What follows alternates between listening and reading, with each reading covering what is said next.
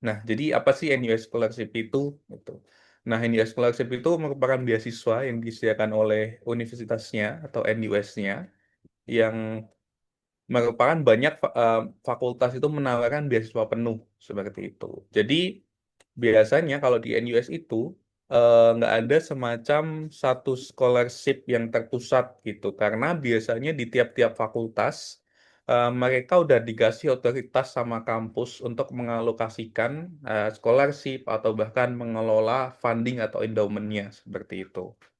Meskipun endowment secara general di NUS itu dikelola secara terpusat, tetapi untuk pembagian, pengelolaan, operasional, dan lain sebagainya, semuanya dialihkan ke fakultas seperti itu. Jadi ketika nanti mungkin teman-teman bingung, wah pengen kuliah di NUS tapi scholarship-nya apa ya? Nah, jadi mulainya justru bukan dari situ uniknya di sini. Jadi mulainya adalah, nah teman-teman mau lanjut itu studinya bidang apa, programnya apa. Nah, ketika udah ketemu, eh, nanti kita cari tahu dulu dia masuk fakultas mana seperti itu. Nah, baru di sana nanti biasanya akan ada informasi yang lebih detail seperti itu. Nah, untuk scholarship NUS ini biasanya juga tanpa adanya ikatan kayak gitu. Jadi mungkin kalau teman-teman lebih familiar sama beasiswa-beasiswa seperti LPDP, Chevening, Australian Awards, nah mereka biasanya ada semacam ikatan ya. Mungkin harus balik ke tempat asalnya atau kalau LPDP ada bahkan lebih detail ya, harus 2N dari masa studi. Kalau misal studinya 2 tahun, berarti masa mengabdinya 2 tahun dan lain sebagainya. Nah, kalau teman-teman tipe-tipe yang mau lanjut S2 itu untuk sebagai jembatan lah untuk nantinya mungkin kerja di tempat itu. Misal saya ternyata lebih memilih NUS Scholarship gitu dibanding yang lain karena memang tujuan saya adalah pengen menjadikan S2 ini sebagai jembatan gitu. Ketika nanti udah lulus, pengen lanjut untuk explore opportunity di sana seperti itu karena tidak ada kewajiban apa-apa entah itu kewajiban kerja di mana dan lain sebagainya seperti itu.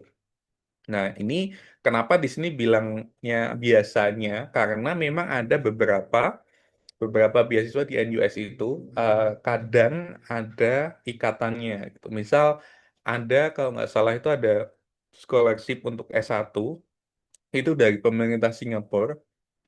Sebenarnya ikatannya lebih ke setelah lulus mungkin sekitar 3 tahun itu kerja di perusahaan manapun selama itu ada di Singapura seperti itu. Jadi balik lagi scholarship yang ada di NUS itu sangat personalized, jadi memang harus disesuaikan dengan profil tujuan teman-teman seperti itu. Nah, bagaimana terkait durasinya? Nah, durasinya ini juga sangat fleksibel, tapi biasanya untuk S1 itu sekitar 4 tahun, S2 itu 1-2 tahun tergantung programnya. Nah, sedikit informasi S2 di NUS itu memang sangat sangat dinamis ya. Ada yang programnya mungkin cuma 1 tahun atau bahkan nggak nyampe 1 tahun. Ada yang 1,5 tahun.